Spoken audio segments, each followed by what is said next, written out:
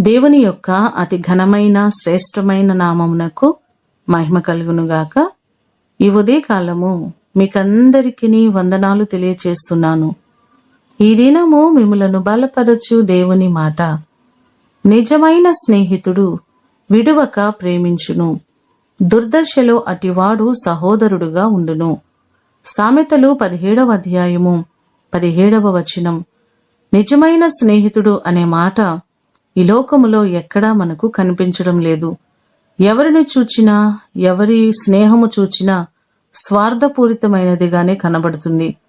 ప్రాణ స్నేహితుడు అని చెప్పుకోగలిగిన వారు చాలా అరుదుగా మనకు కనబడుతున్నారు. కానీ నిర్గమాకాండము 33వ అధ్యాయము 11వ వచనంలో చూస్తే, మనుష్యుడు తన స్నేహితునితో మాట్లాడుచున్నట్లు యెహోవా మోషేతో ముఖాముఖిగా మాట్లాడుచుండెను అనే మాటలు మనకు కనబడుతున్నాయి. మోషే జీవితము నిజంగా ధన్యచరితం కదండి. దేవునితో ముఖాముఖిగా మాట్లాడేవాడు, దేవునికి స్నేహితుడుగా ఎంచబడినవాడు. ఎంతటి గొప్ప భాగ్యము! మనలను ప్రేమించి మన కొరకు తన ప్రాణము నర్పించిన నిజ స్నేహితుడు మన దేవుడు. ప్రతి విషయంలో ఆయనకు మనలను మనము అప్పగించుకున్నట్లయితే దేవుడు మన జీవితాలను ఆశీర్వాదకరంగా చేస్తారు.